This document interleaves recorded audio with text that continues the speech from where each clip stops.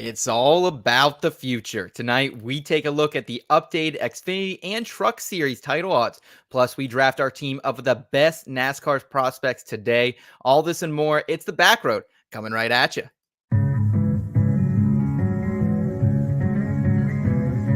a non-points race, but it is a short race. Checkered flag. That's all this race is. Two from the States.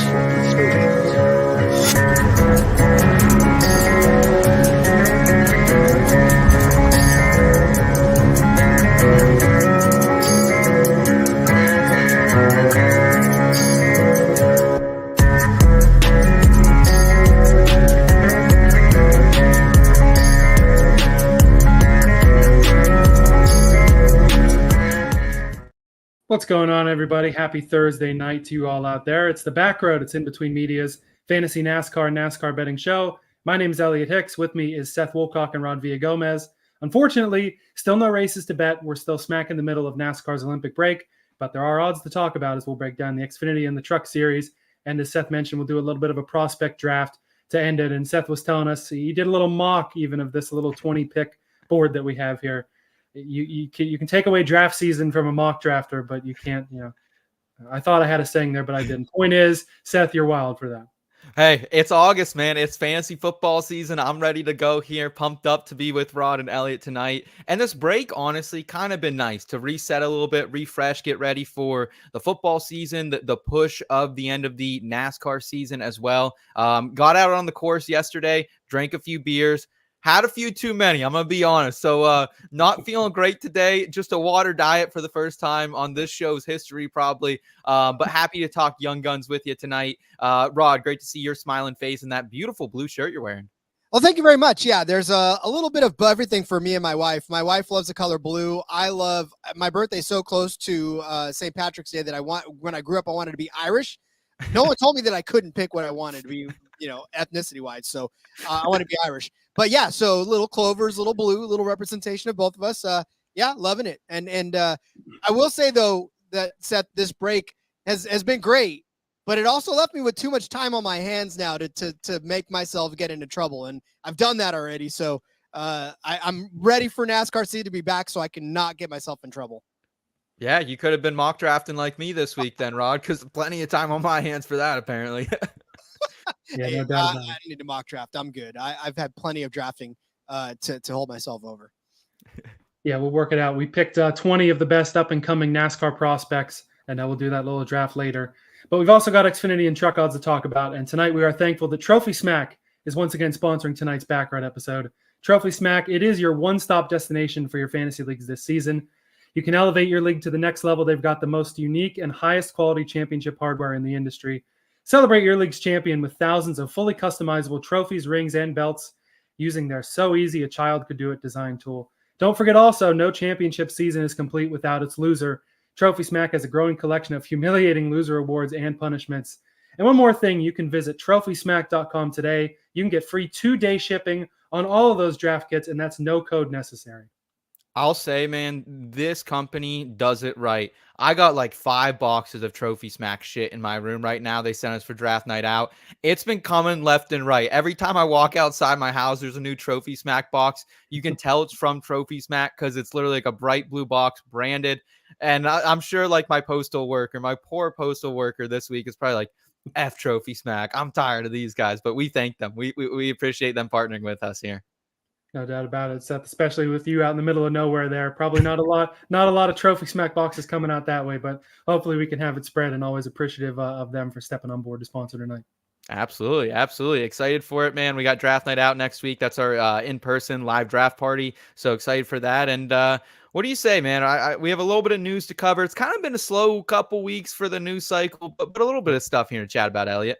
Yeah, I mean, everybody's kind of away. There's not a whole lot dropping, but we are seeing some content come out. And the main bit of news here is that Spire Motorsports has made the brilliant decision, in my opinion, to drop Corey Lajoie for 2025. When this news came out about Rodney Childers going to the 7 team, we all were kind of like, well, why are you going to put one of the best crew chiefs in the garage with a super underproven guy who really hasn't had a lot of success in Corey Lajoie? The narrative at first was, kind of a put up or shut up kind of deal for Lajoie. And then thankfully Spire also realized that's kind of a stupid idea. Let's try and get someone else in that seat. And again, no disrespect to Lajoie as a person. He's been there, done that. He's given it a shot. He's done the best he can, but maybe this is the end of the road for him in the Cup Series. I'm not sure.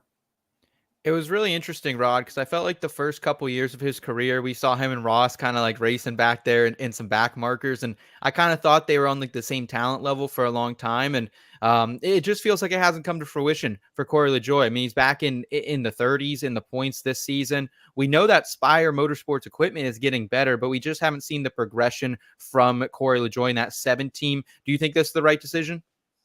It has to be at this point. I mean, look, there's admiration, or it's admirable to have the stacking pennies mentality, right? But at some point, you got to start stacking nickels, dimes, quarters. You have to start making more moves than just putting those pennies. I know that if you stack pennies, you're going to get somewhere, right? I've had that 5-gallon jug, water jug, where you toss a penny in there, and then after 10 years, you finally got $6. But again, after 10 years, you got $6. Like, you at some point have to invest a little more into this if you want to see more out of it. So again, this team was waiting for something to happen, and I think they waited too long in that mentality, and they weren't making the big enough moves to get there. Now this team is making moves, and they're ready to move on to something bigger and better. And while Corey Lajoie helped make where they're at, I mean, yes, they got halfway through the jug. They need somebody that's going to start throwing quarters and dollar bills in there. And I think they knew that Corey Lajoie is not that guy right now. So they got to chase after whoever that's going to be.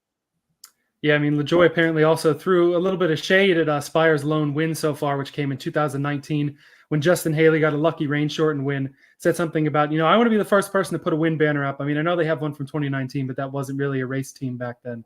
So trying to get as many digs as he can out the door.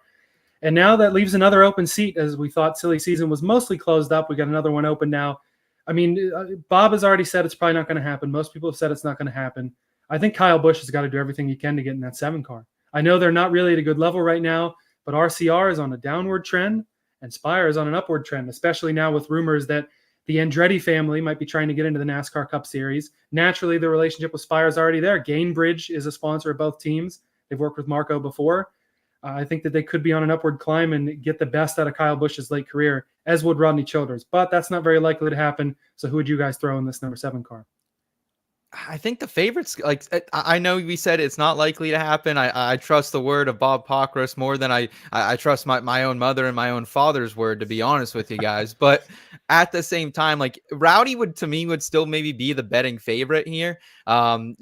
They have that connection. He's been running the truck series races with them this season. I mean, they bought Kyle Busch Motorsports out of that shop. Yeah, exactly. So I think there's a connection there, and oh my God, would that dynamic connection between Rodney and Kyle Busch be fun to watch?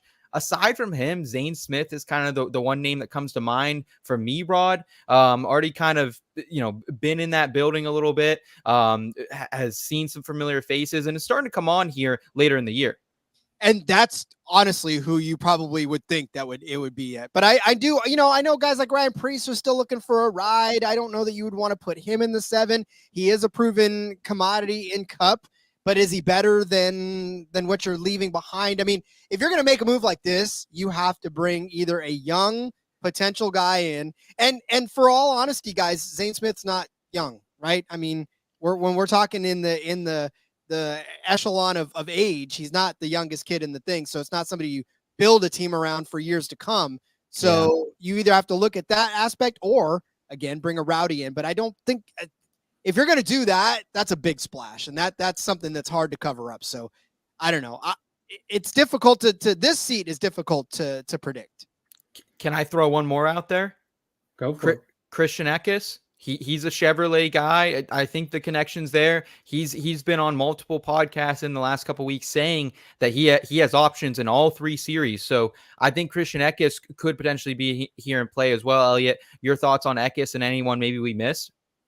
Yeah, I mean, Eckes wouldn't be too bad, but otherwise I think we got the bases covered. If there is a team that's going to make a big splash, though, it's Spire, and we've seen that multiple times over the years with the things they've done. So Rowdy would be the fun one. Zane Smith makes the most sense because, as we've mentioned before, obviously the charter agreement's not set in stone yet, but the rumor is that no team is going to be allowed to have more than 3 charters. Trackhouse has 4 Cup-worthy drivers on their roster, and Chastain, Suarez, Shane Van Gisbergen, and Zane Smith. Yeah. Obviously, they're probably going to go with SVG over Zane. They're keen on keeping Suarez. They're keen on keeping Ross. Easiest thing is, hey, Zane, we put you in the Spire ride. We're sorry we can't bring you over here. We're going to try to put you in the best place possible with Spire, in one of the best crew chiefs in the garage there too. But you can go out of the box. Eckes wouldn't surprise me. Priest I hadn't really thought of, but that could be a possibility also. A guy No, come on. Come on. I think it's a remote possibility, but I do think some of these other Chevy names are probably better off. Mayer, give me Sam Mayo over Ryan Priest. Like, at least there's a little bit of untapped upside, maybe. Yeah. Let us know in the comments, guys. Who did we miss? Were we on to anyone that you think could potentially fill this number 7 car? We want to hear from you. I love this conversation. I love silly season. It's one of my favorite parts about talking NASCAR with you guys. So excited for it. We got Chuck in the chat. He was hanging out with us right as we were going live, saying, "Let's go. What's up, Seth and Elliot and Rod? Glad to see you guys tonight. Cheers, my friend. Just water for me. You guys drinking anything tonight? Rod, you looked like you had a nice little drink going." So this is Captain Morgan with a Soda Stream Pepsi, which is fantastic. Good stuff. I love it. Okay. Very nice. A little Pepsi backing. I like it. What about you, Ellie? You ripping a latte tonight? No, I'm just rolling on the water train too. But a few hours ago, I did have a little Monster later in the day than I normally would. Knew I needed some energy for this show tonight. Yeah. Can't drink rowdy energy, unfortunately. But no, that it had a good run. The few times I had it, it was pretty tasty. But okay, it's doesn't work out anymore. We'll just say that. Yeah. What do you guys say? Should we start looking at some odds here?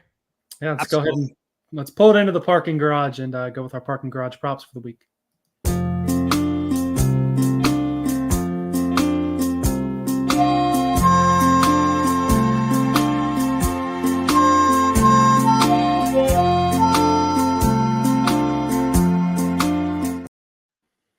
All right, so I believe we're going to start off with the Xfinity Series odds. Right now, Chandler Smith, the betting favorite here, plus 270, the best odds you can find him. Then you have Cole Custer, Justin Allgaier, Sam Mayer, Austin Hill, and on down the list we go. There's some intriguing numbers here, and even some when we scroll down a little bit, they're even more intriguing. But any one of the favorites that you guys particularly want to shout out? Rod, what do you got, man? It's funny because as you look at Chandler Smith, I don't know why he is. I mean, I guess I can understand why, being in JGR equipment, being that Chandler Smith is always there, but he doesn't have, he's not putting it together when it counts. And that's really the thing of it is that him being at plus 270, there's no way I'm touching that because I haven't seen, especially lately from Chandler Smith, what you need to see from a championship run, right? It's not been there. Has he been running in the front? Sure. But it's not something that shouts championship to me. So I'm staying away from him. I can never count out Justin Allgaier, especially at 5-1, but he hasn't gotten it done yet. So my money is always on Justin Allgaier, whether I like it or not. But even still at 5-1, that doesn't seem like it's a lot of value. I'm a little disappointed, to be honest with you, of the Xfinity numbers for the championship this season. I think you're spot on with Chandler Smith. Like, there's no way I'm touching that with a 10-foot pole. And yeah. I think maybe is that number that way, Elliot, because he won at Phoenix earlier this season. Well, let's keep in mind, kind of backed into that fucking win when Gator blew a tire with like 3 or 4 to go. Yeah, I think that helps. And I think him being the best Toyota out there in a series where Toyota usually is the favorite to win a lot of races. The rotating JGR seats along with Chandler Smith usually are about the best they get. But I like Custer and Allgaier a hell of a lot better than I like the Smith numbers. I can't believe poor Low Gator hasn't gotten it done yet. He's been second a handful of times. Probably the unluckiest driver in the series the last couple of years, but I feel it coming. I feel like he's got to be able to get it done, and why not this year? And Cole Custer, I think, would love nothing more than to leave the Xfinity Series behind for good as he prepares to step into that Haas factory team cup ride again next year. He wants to be the back-to-back champ. He finally got that win out of the way at Pocono. He's been top 10 in 80% of the races this year. And other than the super speedways, he's been top 10 basically every race this year. Obviously, Chicago was kind of a mess. He's not a great road course driver. And he got into that mess with Austin Hill at Charlotte. But other than that, top 10 runs all over the board and some championship numbers being put up by Custer.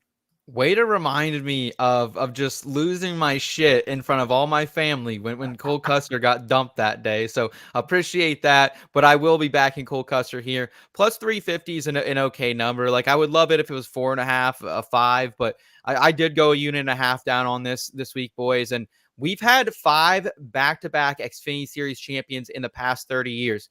Elliot, you know your guy Dale Jr. did it in the past. We had a Martin Truex Jr. do it as well, and then Tyler Reddick did it most recently. So it's not out of the question. It's not super uncommon. Hell, Ricky Stenhouse even did it at one point as well. Custer has been the best driver this season, as kind of Elliot alluded to there. 16 top 10s in like 20-some races here. That's way more than anyone else. The next closest is Austin Hill, who's 3 away. Also tied for the most top 5s with 9. Second most laps led to Gator there. First in average starting position, 5.6. That's a fucking crazy number even for the Xfinity Series. First in average finish as well, 8.4. That's a pretty good number there. To me, I don't think Cole Custer, with him being in the position to make it, to potentially win the regular season championship, he's going to get those bonus points. He's already 56 points up on Gator for that. So I don't think he's going to have a problem getting to that final 8. And then from there, it's Las Vegas. He was second there this season. Last year at Homestead, led the most laps there, 114, won stage 1, and was 8th at Martinsville this season, 27 laps led and top 5 in both stages. So I think he's going to get there. I think he's going to get to the championship, and having a 3.5 to 1 ticket feels pretty good, Rod, for a guy who won at Phoenix last year, won a stage at Phoenix, led 61 laps this season as well. Yeah, and so we had talked about this earlier too on the NASCAR gambling podcast, in that Cole Custer to go back to back seems like he's one of those drivers that you don't want. I mean, you don't find yourself cheering for Cole Custer very often. You know what I'm saying? Like you don't go, yeah, it's Cole Custer in the lead, but he's there and he's around the front, and he's been so consistent this season that it's so difficult. It's difficult to ignore, but yet you've ignored it all season long. You know, you've gone after the sexy Mayors, the SVGs, who's got the most wins, by the way, this season so far, which we'll talk about him in a little bit. But you know what I'm saying? Like all those guys are way sexier than Cole Custer. And yet Cole Custer's done nothing short of just be there every single race. So yeah, if anybody's going to get back to back, and at 50, like you said, I wish it was higher, but it's not going to get any better for you. So if you're going to do it now at plus 350. Yeah.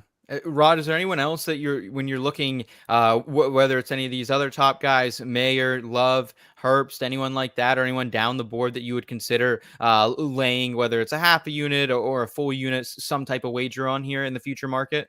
Well, and I don't know. To me, these top ones are the ones that are probably going to get it done. I mean, Sam Mayer, you would love Sam Mayer to do it at plus 650, but I don't know that he's going to actually win the championship. You know what I'm saying? Like, he pops up, wins races, he pops up, does well, but when it comes down to the really clutch moments, he just sort of disappears.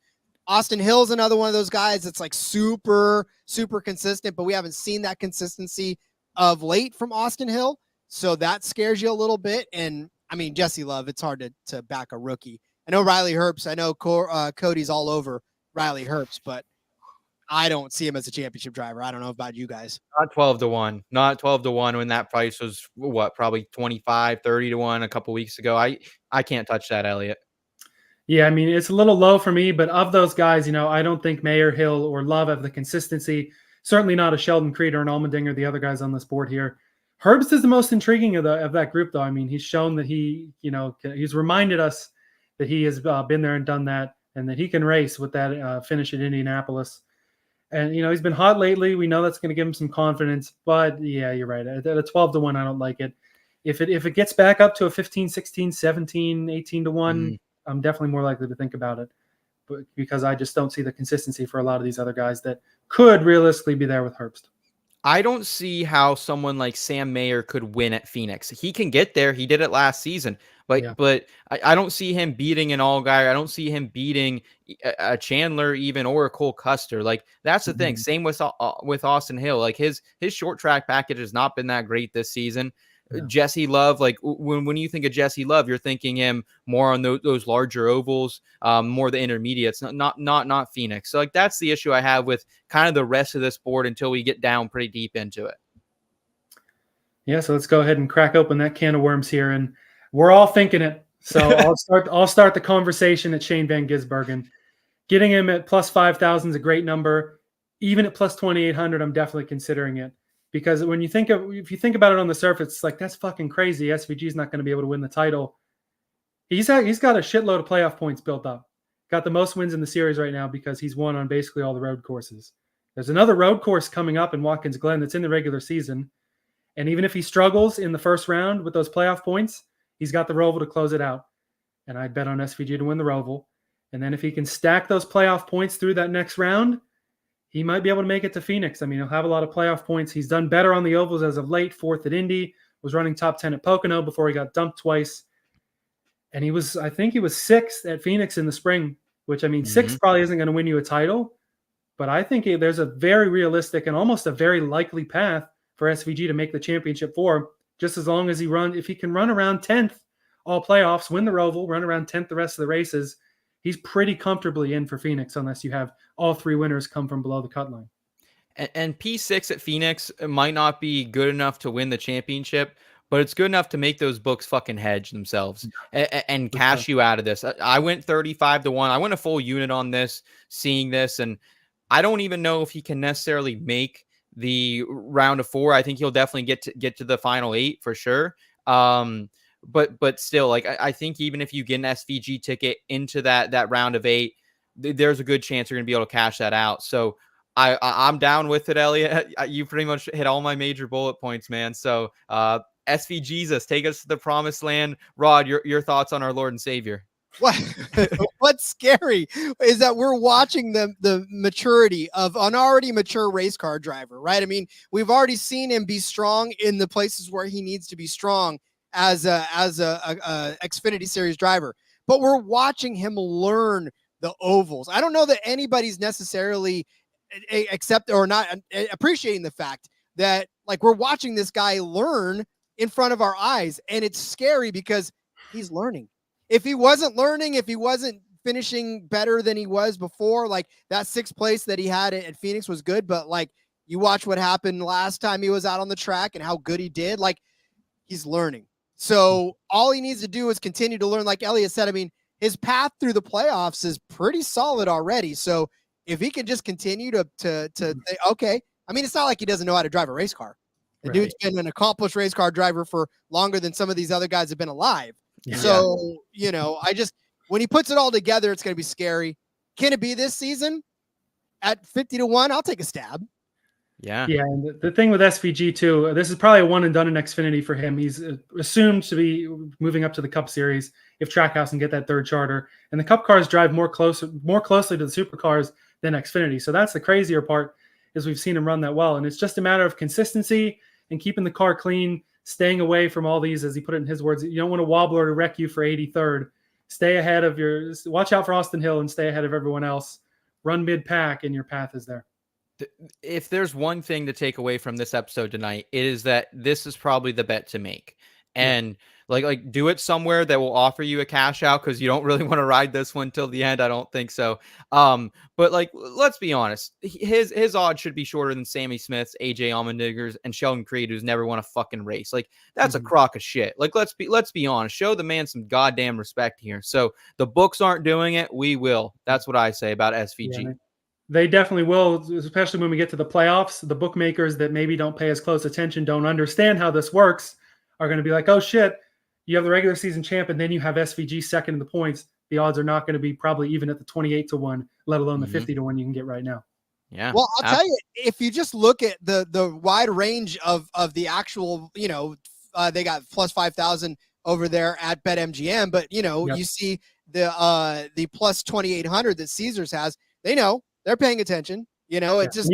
I love that number as well. You know, I don't have a problem with that. But it's definitely no 50-1 or even 35-1. So yeah.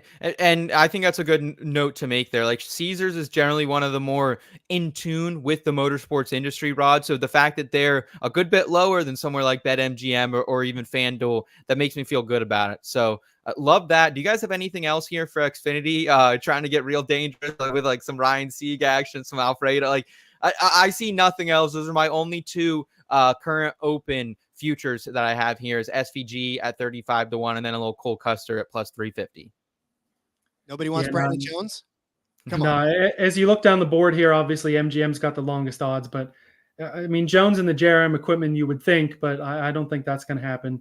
Sieg, I mean, I like these guys to maybe win a race, you know, maybe even an Alfredo sneaks into the playoffs somehow, but No, basically what we've talked about is basically all there is. Anything lower than SVG, not worth even thinking about. Yeah, for sure. Charles saying Bovada, he's down to 33-1.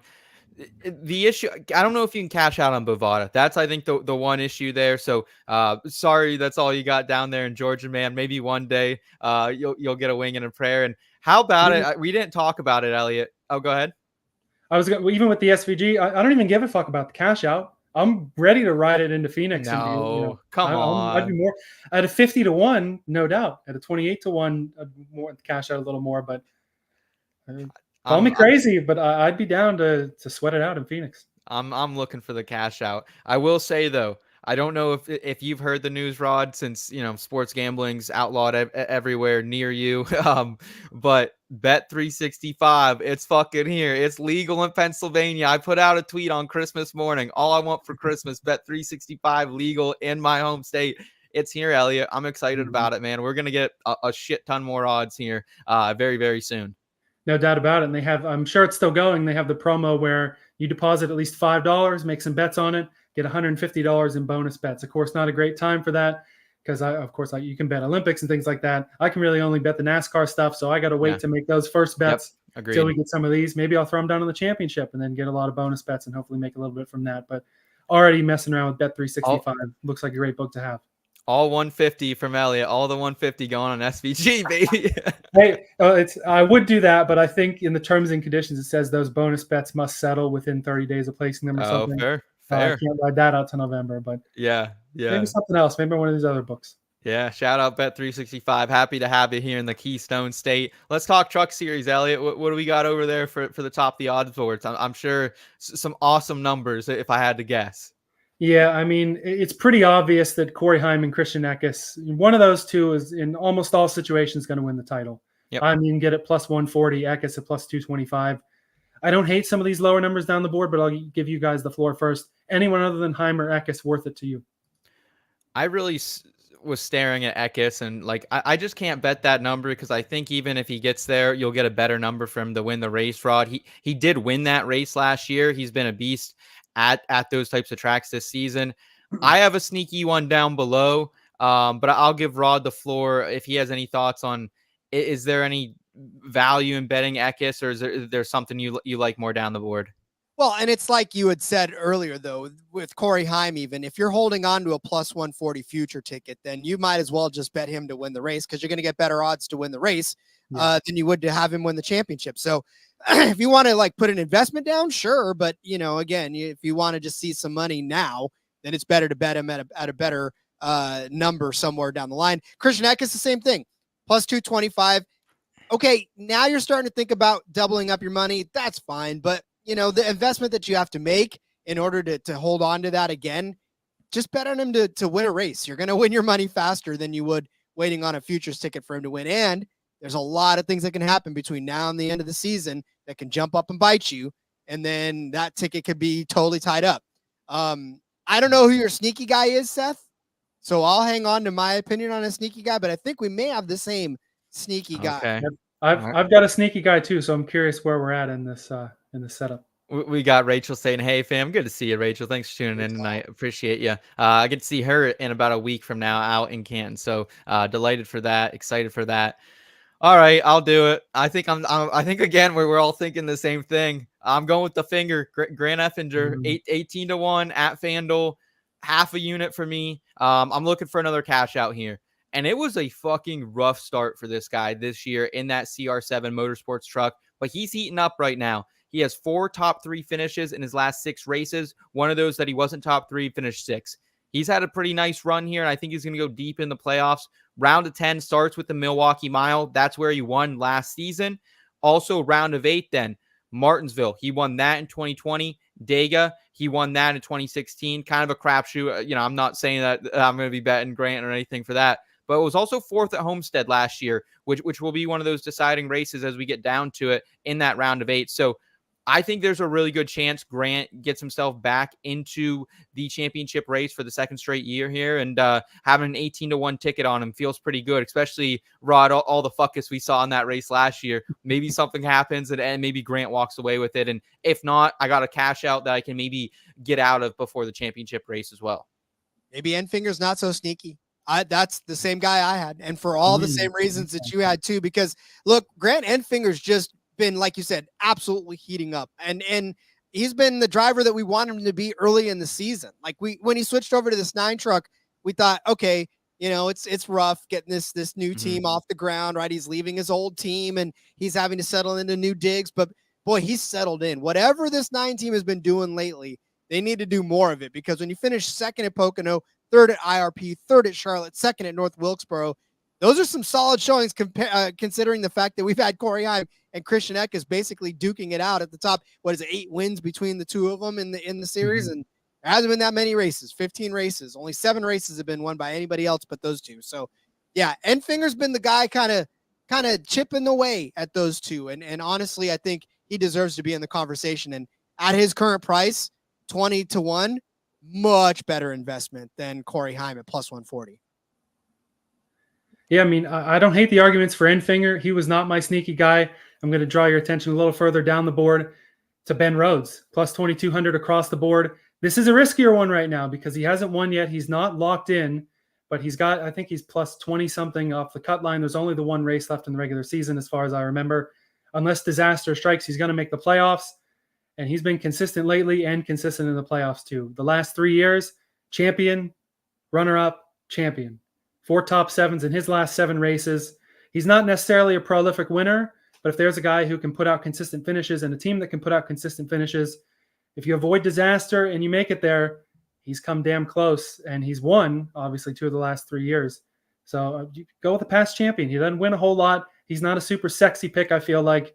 Going to be one of these truck lifer guys, but I don't see why Ben Rhodes can't pull it off. Here's my question to you guys, because you follow the truck series much more closely than I have the past few years. Has it always been like Ben Rhodes coming out of nowhere to make those runs to the title? Because I feel like he's just not in the mix this year. He's like, if he's lucky, he's getting top 10s here. Like, there have been very few times this season where I'm watching a truck series race. I'm like, oh man, I think Ben Rhodes has a top 5 truck or could even win this race. Has that always been that way, Rod? Well, yeah. I mean, the last few times he's just sort of been that guy that's gotten in to the last part. I mean, he may not even have won to get into the Final Four. He may have just consistency'd his way into the Final Four, and then he's just put himself at the right place at the right time. So, yeah, Elliot, I mean, unless my memory's failing me, but yeah, it's always been Ben Rhodes just sort of there, and then it puts the good run together at the right time. Right, and he's almost taken a page out of the Matt Crafton book. I'm only going to bring him up because look down the board here a little bit at the difference of his odds here. At plus 5,000, I hate it. He's probably not even going to make the playoffs. But plus 20,000 over on BetMGM, he might be worth a look just because that's such a ridiculous number. But yeah, for Rhodes, the ThorSport trucks are good. He can run well enough. He can stay out of trouble. And he's damn good at Phoenix. Won 2 titles there. Mm-hmm. So. Also, if you like, I'm not totally interested in the Sanchez here at 5-1, but 9-1 over at BetMGM is a pretty big discrepancy from where he's marked elsewhere. So I wouldn't hate a Sanchez. I can't get on BetMGM because they absolutely suck and the app never works for me. But yeah, same here. I've tried many a time to take advantage of these odds and can't get it to work. Yeah, but if you guys are one of the fortunate few that either you have a better phone than me or they just like you over there at BetMGM, get invested. I don't hate 9-1, but yeah, boys, I'm excited, man. Is there anything better than like the NASCAR playoffs in all these series, man? I don't know if there is anything, honestly. Remember when there weren't NASCAR playoffs? Remember when it was just the straight points and we didn't have all this drama at the end of the year? Yeah. We're a little young for that, but even the days of the chase for the cup, definitely a little different than playoffs. And there was a picture going around too of the 2014 playoffs, the first time they did this, and the whole playoff points win system. It wasn't there. The top in the points had 2012 points, and then 16th in the points had 2000 points. And that's all. That's how close it was. We didn't have all this playoff point stuff. So we've definitely had a lot of crazy shit with these playoffs, and it's made the betting a lot more fun. Even if some people argue, well, it's not a true champion. It's not a full season. almost no other sport in America, or really no other sport in America, does full season championships. So deal with it. Yeah. Yeah, I like it. That would have been fun back in the day, though, to see like what Jimmy Johnson's odds were, because I know he was wrapping up those championships for like what 10 races to go or something crazy. So At Daytona, the season, beginning of the season, he was just like, "I'm done. We're good." Yeah. You would like to 2010 when he was getting to win 5 in a row. His championship odds would have been minus 5,000 or something ridiculous. Like yeah. that. Yeah. Would have been cool to see. Guys, I appreciate all the insight though here on both the truck and Xfinity series. It's cool to kind of have this break and touch on some of these lower series that we do throw our bets out each week, but don't always get the full hour to discuss them. So excited about that. And Elliot, I'm excited for what else we have in the bag tonight. Yeah, we ready to crack open our tire tiers this week? Special little prospect draft we got going. Yeah, let's do it, man. Let's get rolling.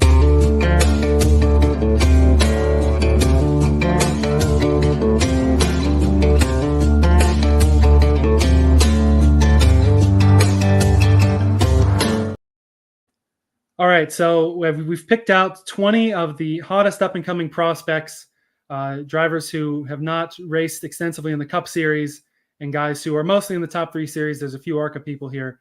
But so the 20 we picked out, obviously you just see their faces. They're mostly in alphabetical order, except for old Taylor Gray on the bottom, because I had to recrop his image to get his face to fit in here. But the 20 that I picked out, and this order I'm reading them in is not quite this exact order. I wrote this before I sorted them out, but we've got Brendan Queen, also known as Butterbean, Raja Caruth, Corey Day, Brent Cruz, Chandler Smith, Haley Deegan, Christian Eckes, Corey Heim, Riley Herbst, Caden Honeycutt, Carson Quapple, Jesse Love, Sam Mayer, Lane Riggs, Nick Sanchez, William Sawalich, Sammy Smith, Taylor Gray, Tony Breitinger, and Connor Zilich are the 20 prospects on the board. Our totally randomized draft order, I believe, has given Rod the first pick of these 20 here, and I think we were going to do 5 apiece. Yeah, that sounds good to me. That 5 stable garage sounds pretty good. Chuck already making the case for Raja. Hey, maybe someone's gonna get sniped there early.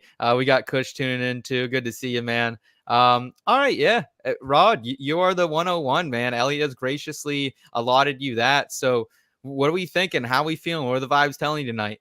Thank the gods of algorithm. It's Heim time, baby. I mean, honestly, is there any other? I know he's the first guy on there. It's easy to say, oh, it's easy to take the 1-1, but sometimes Christian McCaffrey's the guy you got to take because he's the guy that's going to produce for you, right? Corey Heim has done it in the truck series. He's obviously still doing it in the truck series.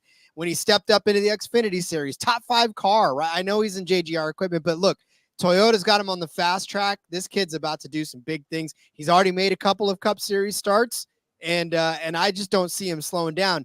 He's young, and he's this successful already. Boy, wait till he gets a little more experience under his belt. This kid's going to be good for a good long while. So give me Corey Heim. So well spoken too. Love hearing the kid talk. Awesome prospect there. I cannot blame you, Elliot. Would that have been your first pick as well? You think? I've got other guys on my board probably ahead of Heim, Ooh. but I do love Heim there. And plus, I was expecting Heim to probably be off the board, having the 3rd and the 4th pick with a little snake draft action. Okay. All right. I'm going to go at the number 2. I'm going to go Connor Zilich. Kid's 18. And I remember earlier this year, Elliot, you're like, have you been watching the Coda Truck Series practice? Because, man, Zilich came out there and he was just damn fast from the get-go. Kind of made some mistakes in that race, but this is a guy who right now is leading the ARCA Series East standings. Has just been really good every time he shows up, man. And he's super young. We got to talk to him after he won at Dover in the ARCA Series as well there, Elliot. Another well-spoken kid. And he's going to get a chance here. And I think this hype's only going to grow. He'll be racing for Spire in the trucks later this month. And also junior motorsports here in Xfinity. So I'm excited for it. Yeah, I mean, I honestly would have Zilich as the top prospect on the board. He's got so much upside. He's already had so much success in sports car racing and things like that, and he's so damn young. This kid's already signed to Trackhouse. It's only a matter of time before he ends up full-time in the Cup Series with Trackhouse. Maybe even 2 seasons from now, we're sitting here and Zilich driving the number 99 or whatever for Trackhouse. He's going to be dominant, but I like the guys I'm going to get to pick up here. A little bit of snake draft. I get back-to-back. I got to lead off with Carson Quapple. Oh, I knew it. See, I wanted to take. I knew if you were on the turn, you're gonna take fucking Carson Quapple. Fuck you.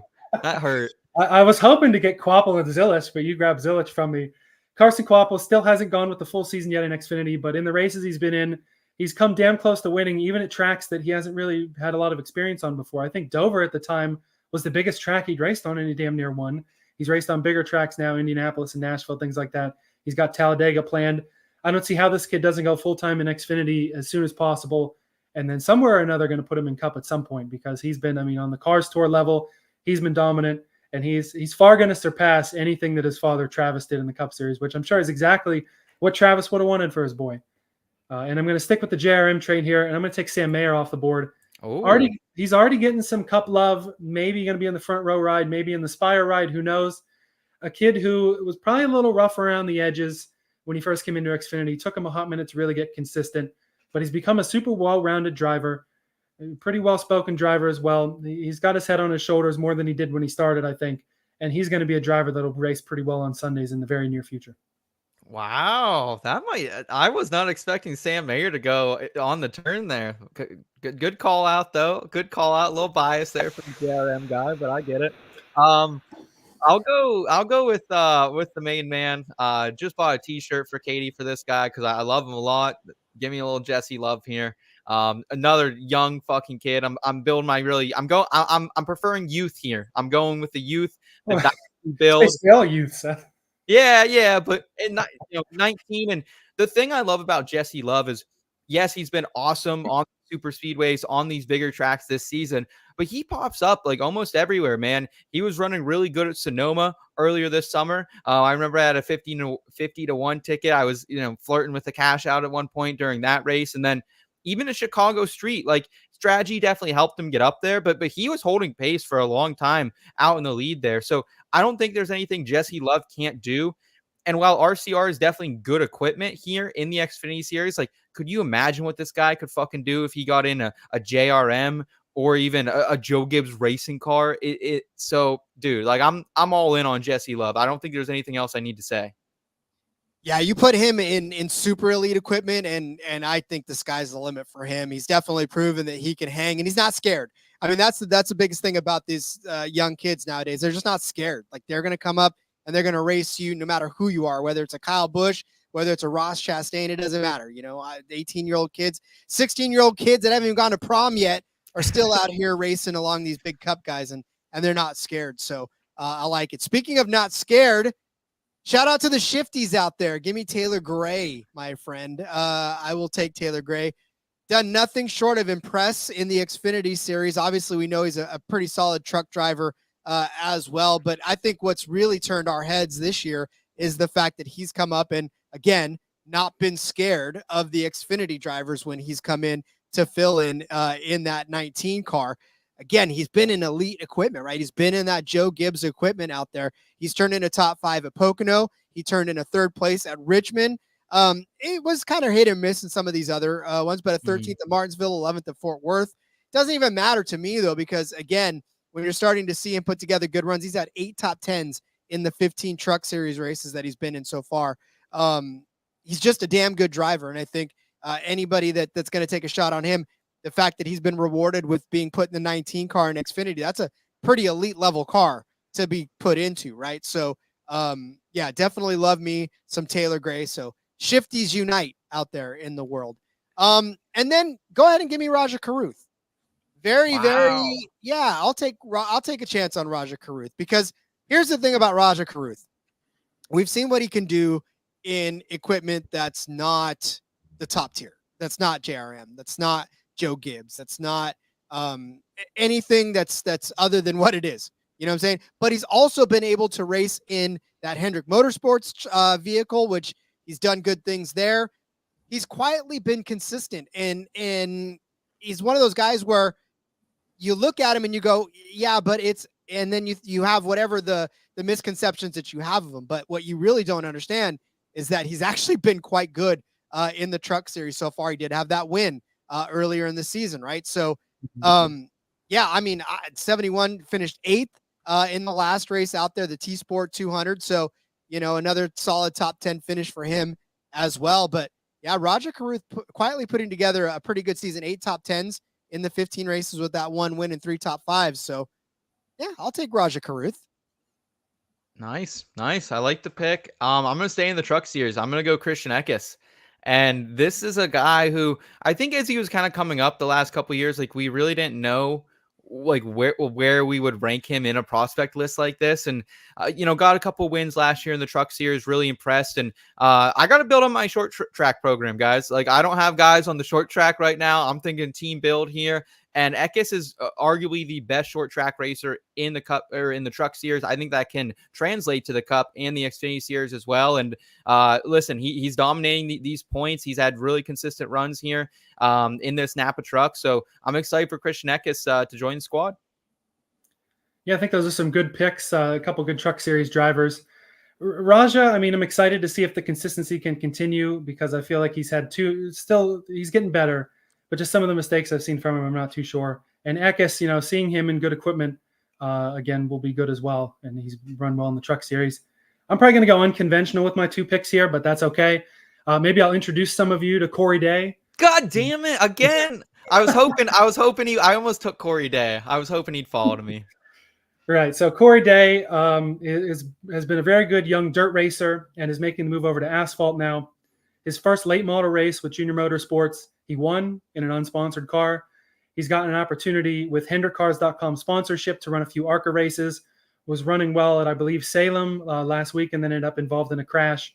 But it seems like the sky's the limit for this kid. People are really excited about him. And it's really going to be exciting to see how he can continue to move up the ladder. Obviously, if he sticks in the Chevy pipeline, things are maybe a little crowded. We're still looking for Connor Zilic to get full-time ride somewhere. We're looking for Quapo to get a full-time ride somewhere.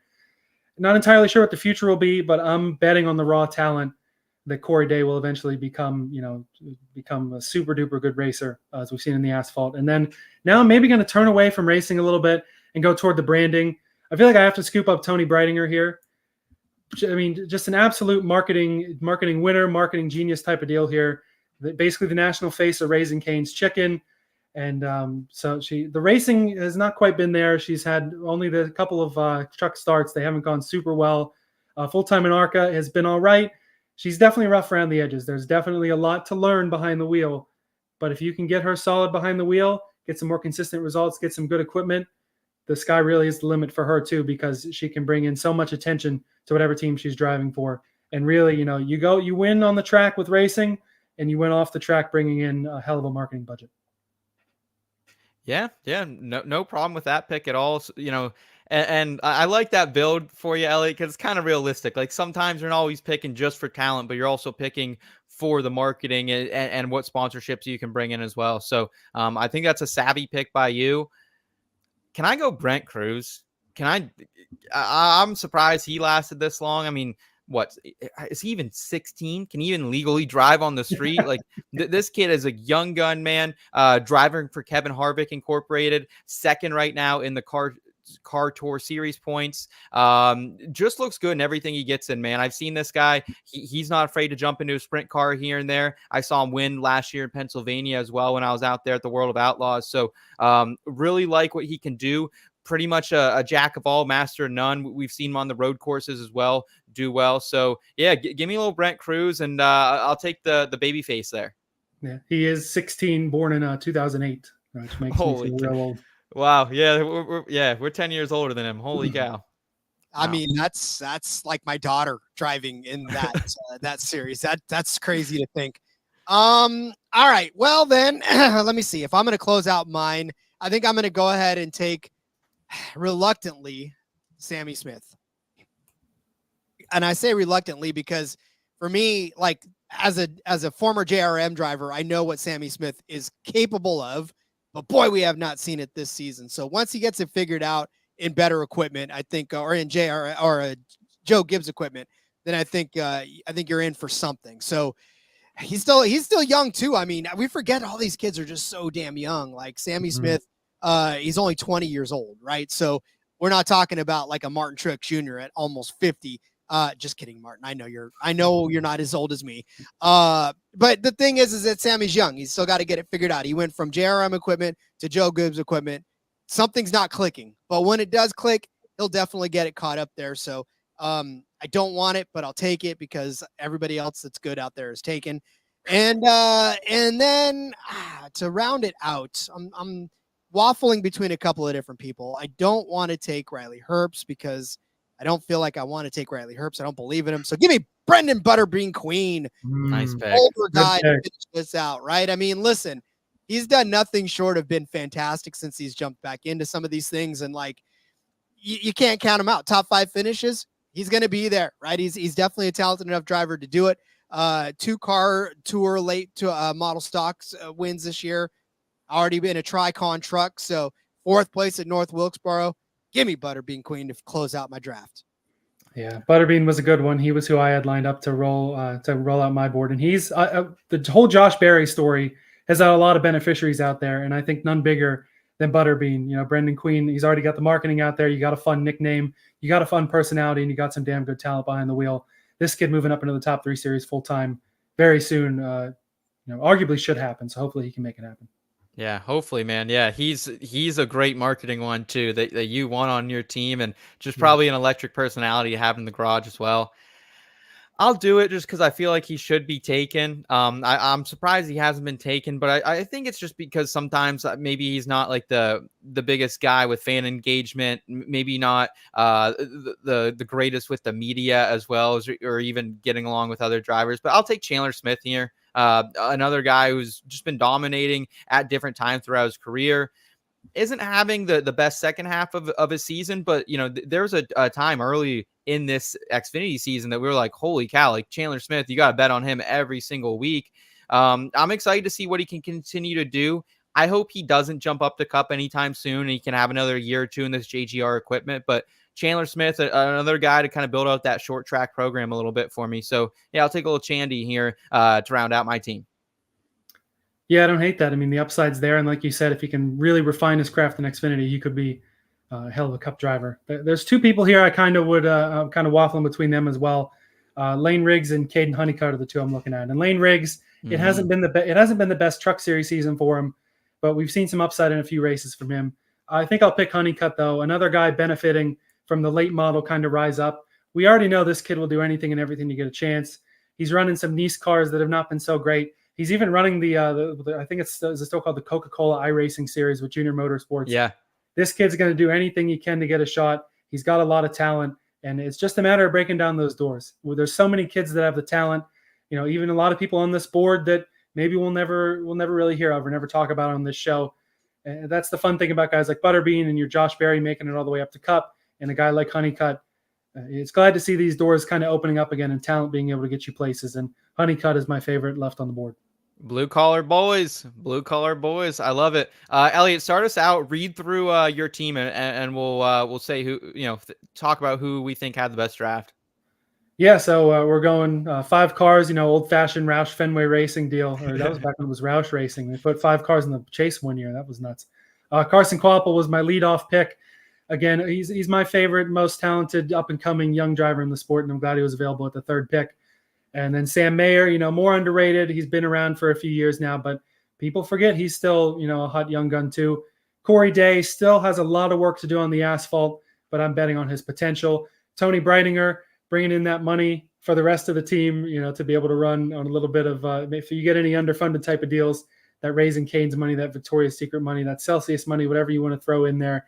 And, people like you get more time behind the wheel of good cars. You never know what can happen. The sky's the limit. And Caden Honeycutt, another, old school kind of driver who just wants to get that chance wherever he can. And I'm giving him that for Elliot Hicks Motorsports. Love it. Charles with the $10 super chat. Thanks so much, man. He says, always love tuning into you guys and hearing your opinions. Chuck, we appreciate you tuning in each and every single week and hearing your opinions and the entire IBT's family opinions in the chat. That's why we do this, man. Love making the connections there. So greatly appreciate that super chat there. I went with youth here, guys. I went with the young guns. Started out with Connor Zillage, backed it up with Jesse Love. Then I end up adding in the 4th round, Brent Cruz. So I like having that youth, that upside on this team. And then I have kind of my anchors, the little bit more veteran drivers, Christian Eckes, who's dominating the trucks. And then Chandler Smith, who's been a powerhouse in the Xfinity series at times this season as well. So I love my team. Elliot, you got me a couple times. I'm not going to lie. You sniped me. I thought maybe I could pick up a Taylor Gray late, but I should have known Rod would be all over that, man. You know, it's funny. I wouldn't have expected in a 3-person draft to have this much frustration at watching drivers go off the board. But no, I'm pretty thrilled. I've got a lot of upside on mine. Obviously, Corey Heim, big time contender for the Truck Series Championship. Taylor Gray, the shifties out there, love that one. Caruth is you're right. He's got a lot of growing to do, but I think if he puts it together, this is going to be a dangerous driver in whatever series he steps into. Sammy Smith, still young, still got some time. And then, of course, Butterbean Queen, baby. Just that guy that's going to be the, like you said, the Zane Smith of it all, where I mean, not the Zane Smith, but the Josh Berry of it all, where he'll just jump in and do okay things and be that good anchor for the team. For Hot Rod's Garage. There we go. Perfect. Yeah, so we got Hot Rod's Garage in between racing and Elliot Rod Motorsports. That sounds good. The 5 that we left off the board: Lane Riggs, which I touched on, Nick Sanchez, William Sawalich, Riley Herbst, and Haley Deegan. Would any of these 5 drivers have enticed you guys, or are you guys happy with your teams? I mean, Deegan, from kind of a marketing standpoint, like you said, like she's got an awesome following, so wouldn't have hated her, but just from a production standpoint. And Herbst, like, he's another guy, he brings in the money, and he also, I mean, dude, he showed me a lot of Indy. That was probably the best moment of Riley Herbst's career. So those were the 2 that I think I was considering on this board a little bit. Yourself, Rod? Yeah, I mean, Herbst would have been the only one that I flipped a coin in my head and Butterbean won out. So damn it. Yeah. Well, Seth, you probably would have picked Butterbean if Rod didn't. Yeah. I wouldn't get them regardless. No. Elliot, what about you? Is there anyone else that you think we left off the board that deserves a little more of a shout out here? Well, like I said, it was kind of a coin flip between Honeycutt and Riggs. I mean, I thought Deegan was worth the inclusion because of the marketing standpoint and to see if anyone still believed in her upside. Herbst was a guy who Bob Proctor's listed as well. Like we've said, we're kind of back and forth on him. Nick Sanchez also kind of back and forth. I think Sawalich, none of us have probably seen enough of him to really be as high on him as some of these other guys on the board. But honestly, of the 5 left, he probably has the highest upside. Yeah. Yeah. Also the highest upside to wreck some fucking cars though, too. I mean, True. that guy, I don't know if you guys have seen any of the shit he's doing in some other series now. It's wild. He's a wild card. I like it in a way, but man, is he going to ruffle some feathers when he gets up here in the top 3 series, I think, full time. Yeah, that makes sense to me. So there we go. That was a fun little exercise. You know, it's a lot different than our tiers normally are, but I think it was a good time. Yeah, save that, Elliot. We'll post that on social media. We'll let NASCAR Twitter take some shots at us and see who had the best draft. Yeah, that should be fun for sure. Awesome. All right. So think we're about ready to round it out here, guys? Yeah, absolutely. Rod, tell us, man. I know you got this show that you're on regularly. You also have the NASCAR Gambling Podcast with Cody Zeeb over there as well. What else do you have in the works here as football season is approaching? Yeah, so again, follow me on Twitter at RJ Villagomez. There's a link in the bio, everything I got going on. You can catch me every day on the NASCAR Gambling Podcast. But yeah, I guess there is one thing that I did while there was a break because, like I said, I had too much time on my hands. So I love the little guy. I love the little sports, right? I love the sports that nobody pays attention to, the under the fold type of sports. So I did something crazy, and I launched a site. It's called So You Like Sports, and on it we are going to cover all the stuff that you talk to on the table, and people go, "What the hell are you even talking about? What's an Aussie rules football?" Well, we've got that covered. You want to talk about Brisbane Lions versus the St. Kilda Saints? Well, there you go. You got that one. Plus, women's Olympic water polo picks. I'm going to actually put up a beach volleyball article here before the night is over. So you like sports? Prove it.